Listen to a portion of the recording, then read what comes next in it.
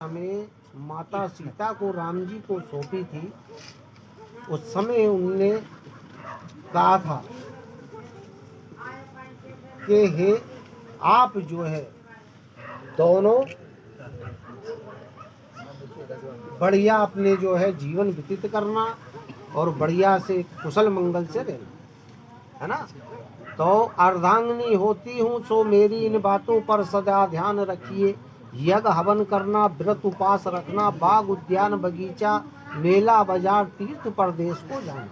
जब परदेश को अपन जाते हैं तो घर में भी अपन पूछ तलाश के जाते हैं।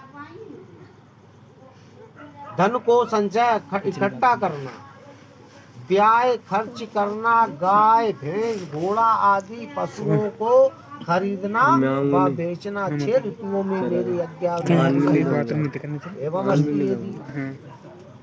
तथा मुझसे कोई अपराध बन जाए तो वहाँ जहाँ मैं 7 सखियों के समूह में बैठी हूँ वहाँ मुझे दंड ना दिया जाए। जब बाइयाँ जब 7 सखियों में बैठी हो,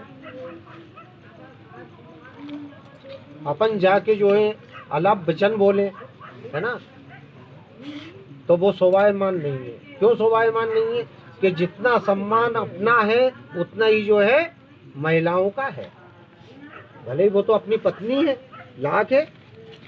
जमाने में कोई पत्नी वाले आप ही हो, अरे जमाना है भगवान नौ की भी पत्नियां थी, मगर सम्मान तो जितना अपना है उतना ही उनका भी है। समूह में मेरा अनादर ना हो, इन वचनों को दूल्हा अंगीकार कर जीवन पर्यंत माने, ये आपको मानना है। उद्यान जो बना है, क्या कहते हैं, उद्यान ते मध्य पाने पिता गिरगमन में।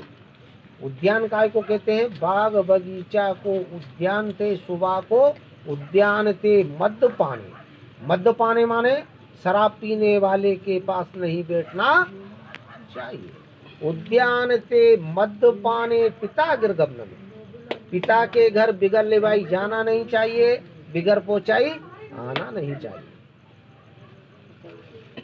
जरा से बात विवाद हो, और आजकल अपन देख रहे हैं कि भाई ये सूटकेस उठाओ चल देख मेरे मायके जा रहे हैं, है ना, तो वो भी नहीं होना चाहिए। उधर जाकर हंसना, मेरे शक कर रहा है। जा उधर उद्यान ते मध्य पाने पिताग्र गमन में मम चित्तम मम वित्तम। उद्यान जो बना है जहाँ स्त्रियों को अकेले कबू न जाना चाहिए। मतवारों के मुंह भी नहीं लगना चाहिए, जो ज्यादा बात करें उनके मुंह भी नहीं लगना चाहिए, उससे कभी बात नहीं करनी चाहिए। पिता के घर बिना कारण बिना बुलाए बिना हमारी आज्ञा के कभी नहीं जाना चाहिए। हमारे वचनों का प्रेम पूर्वक पालन करना चाहिए। अनुचित कारणों में कभी नहीं हंसना चाहिए। वृद्ध तथा पुरुषों के सामने अपने शरीर के अंगों को छिपा कर निकलना चाहिए।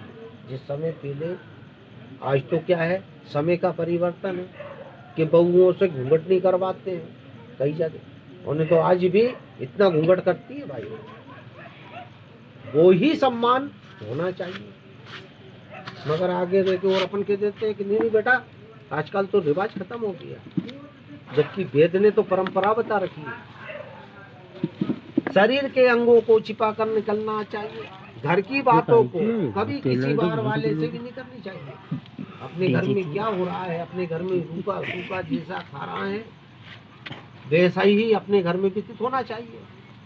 मगर क्या है, कई बच्ची उन ससुराल की बात आके मायके में कह दे, जब जाने के मायके की ससुराल में कह दे, मगर नहीं कहेंगे। इसलिए ससुराल पक्ष की बात भी जो है मायके में आकर के कभी नहीं बताना चाहिए, कभी किसी से बुराई नहीं करना चाहिए।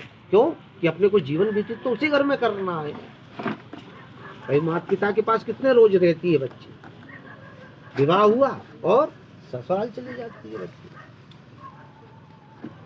इसलिए कभी भी जो है घर की बातों को किसी बाहर वाले से नहीं करनी चाहिए। यह इसके साक्षी कौन है? इसके साक्षी मेहमान है। तो अभी अपने को खबर मिली है, हमने बोला कि भाई अपन भामर कर रहे हैं, एक दो भजन हो जाए तो सब जो है मस्त हो गए, भोजन हो गया और खर्राटे मार रहे हैं, सो रहा है सब। कौन जाग रहा है? सब सो रहे। इसके साक्षी कौन है? मड़वा है। मड़वा जो है 1.25 महीने बाद ये भी चला जाएगा। इसके साक्षी कौन है? चंद्रमा जो है रात का साक्षी है, दिन का नहीं। इसके साक्षी सूर्य नारायण। सूर्य जो है दिन का साक्षी है, रात का नहीं। इसके साक्षी कौन है?